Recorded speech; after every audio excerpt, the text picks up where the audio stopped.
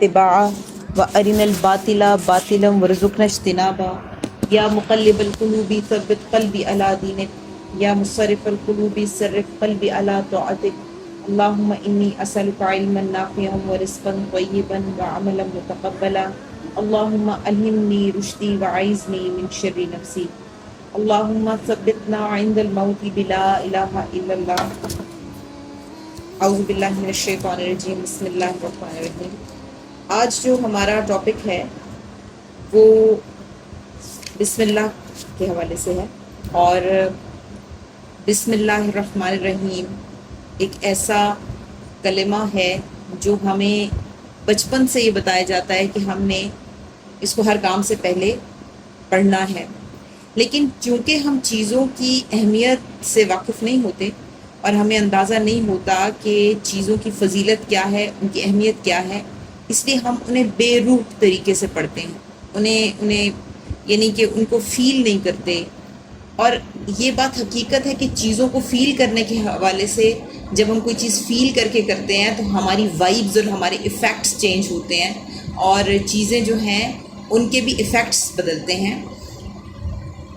آپ یہ دیکھیے کہ اللہ کو یاد کرنے کا طریقہ جو ہے یہ پرسن ٹو پرسن ویری کرتا ہے۔ ہر انسان کے یاد کرنے کا اپنا طریقہ ہے، اللہ کے حوالے سے ہر انسان کا اپنا ایک کانسیپٹ ہے، اور اللہ تعالیٰ نے ہمیں اپنے آپ کو پانے کا طریقہ سکھایا ہے، اور وہ طریقہ ہمیں اللہ تعالیٰ سے ہی ہم تک آیا، کیونکہ ہم اللہ تعالیٰ کو ہم نے دیکھا ہوا نہیں ہے، اس لیے جن طریقوں سے اللہ تعالیٰ نے ہمیں اپنے آپ کو پانے کا طریقہ سکھایا، ہم نے انہی طریقوں پر چلنا ہے، اور اللہ کو ویسے یاد کرنا ہے جیسے اس نے اپنا تعارف خود کرایا ہے۔ اگر آپ دیکھیں تو قرآن کو لوگ مختلف طریقوں سے بہت شوق سے یاد کرتے ہیں۔ کچھ لوگ قرآن کو یاد کرتے ہیں، بہت شوق سے حفظ کرتے ہیں۔ کچھ لوگ قرآن کے سمجھنے میں انٹرسٹڈ ہوتے ہیں، وہ کہتے ہیں کہ ہم قرآن کو سمجھیں، ٹھیک ہے، ان کا یہ انٹرسٹ ہوتا ہے۔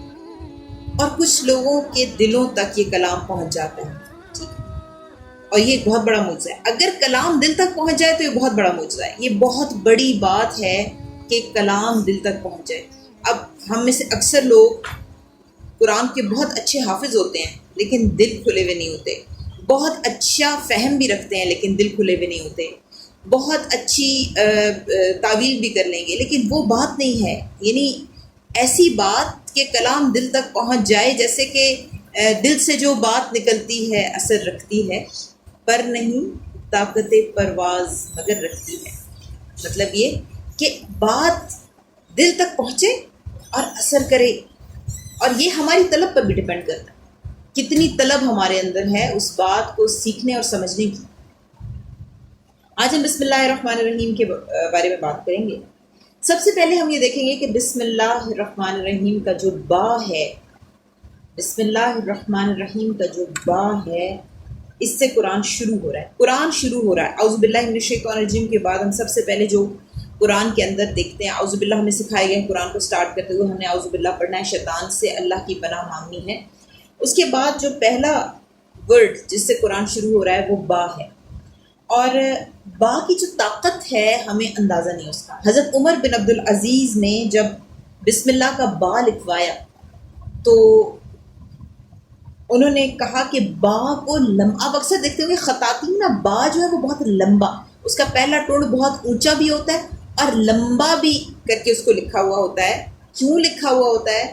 اس لیے کہ رسم الخط کے ذریعے سے ہی سمجھانے کی کوشش کی گئی ہوتی ہے کہ پاور آف با کیا ہے، بسم اللہ کی پاور میں با کی حیثیت کیا ہے، اس کی پاور کیا ہے۔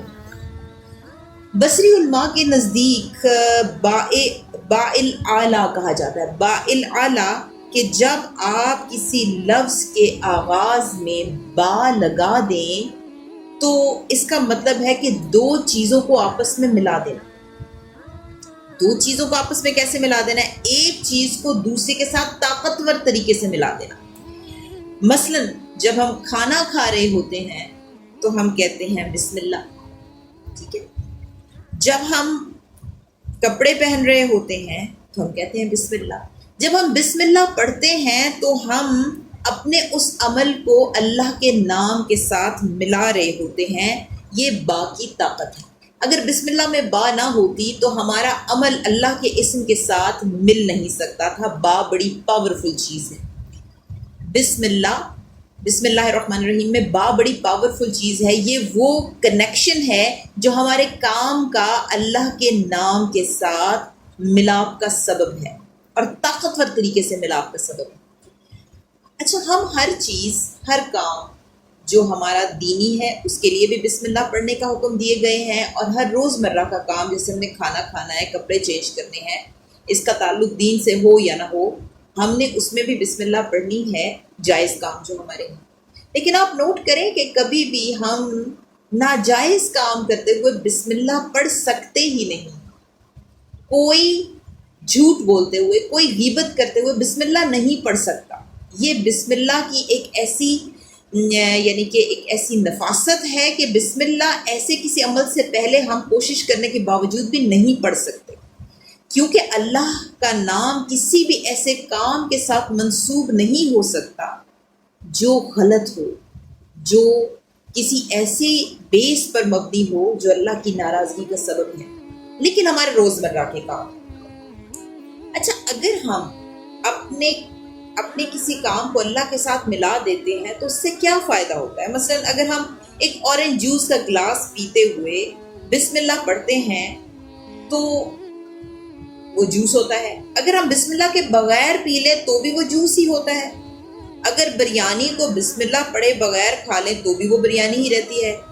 اگر ہم کوئی اور چیز، کوئی بروسٹ وغیرہ کھا رہے ہیں، اس کو بسم اللہ کے بغیر پڑھے بغیر اگر ہم کھا رہے ہیں تو بھی وہ بروسٹ ہی رہتا ہے.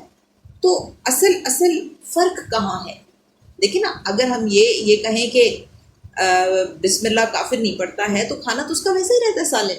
تو ہم نے یہ دیکھنا ہے کہ اصل فرق کہاں آ رہا ہے.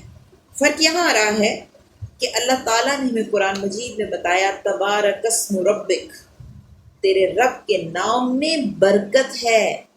اچھا، جب آپ یا ہم کسی چیز کو اللہ کے نام سے جوڑ دیتے ہیں، یاد رہے صرف جوڑ دیتے ہیں، تو اس کا صرف اس کنیکشن سے اس میں ایک ایسی طاقت پیدا ہوتی ہے جس کو کہتے ہیں برکہ. جب برکہ کے حوالے سے، برکت کے حوالے سے ہم کبھی بھی عموماً سمجھ نہیں پاتے واٹ از برکہ، برکت ہوتی کیا ہے، برکت اصل میں ہے کیا چیز.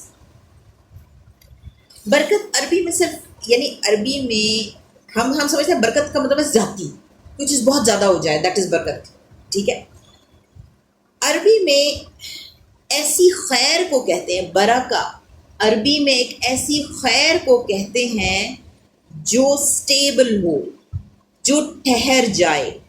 اور اس کی مثال ایسے جیسے جو فائدہ مند چیز ٹھہر جائے اسے برکہ کہتے ہیں. جیسے عربی میں برک البعیر اس کو کہتے ہیں جب اونٹ ایک جگہ بیٹھ کر، اب دیکھیں نا اونٹ کو بیٹھنے میں بڑی مشکل ہوتی ہے، ڈسٹ وغیرہ بھی سیٹل ہو جائے اور اونٹ ایک جگہ پر بیٹھ جائے، اسے کہتے ہیں برک البعیر. اچھا، برکت کیا ہے؟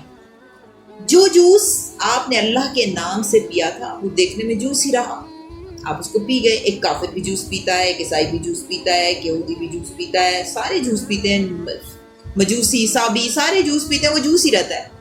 آپ نے بسم اللہ پڑھ کر جوس پیا، ٹھیک ہے، تو اس سے ہمیں وہ فائدے بھی ہوئے، اس کی برکت سے وہ فائدے بھی ہوئے جو ہمیں نظر نہیں آتے. ہمارا دماغ کھلا، ہمارے اندر انرجی آئی. ہمارے ایک سمپل پانی کے اتنے سارے فوائد ہیں، اس کے اندر بہت ساری خیر ہے.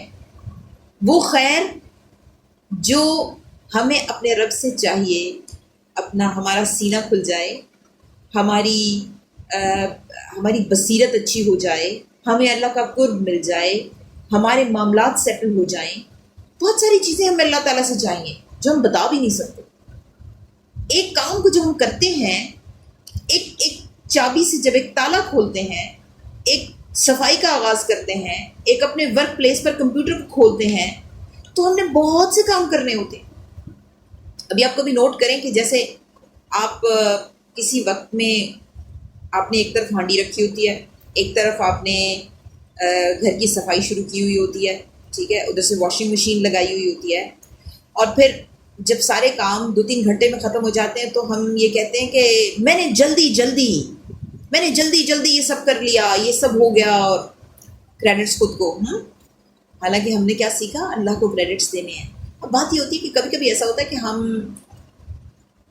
درمیان سے کسی کام کو چھوڑ کے آ کے جلدی سے میں ذرا ہانڈی رکھا ہوں، اور ہم تیزی تیزی میں ایسے بہت سارے پیاز کاٹ کے اور اوپر رکھتے ہیں کہ ابھی یہ پیاز ایسے براؤن ہوں اور ہم جلدی جلدی ہانڈی بنا لیں، تو آپ دیکھتے ہیں کہ آن واحد میں آپ کو مسالہ، تیار مسالہ جل جاتا ہے، ٹھیک ہے، اور وہ جو آپ نے سوچا تھا کہ میں جلدی جلدی بنا لوں گی، وہ ایک دم آپ کا کام دگنا ہو جاتا ہے، کیونکہ جو مٹیریل ہے وہ بھی ضائع ہو گیا، ٹھیک ہے، اور ایک جھنجھلاہٹ انسان کے اوپر ایک عجیب سی آ جاتی ہے۔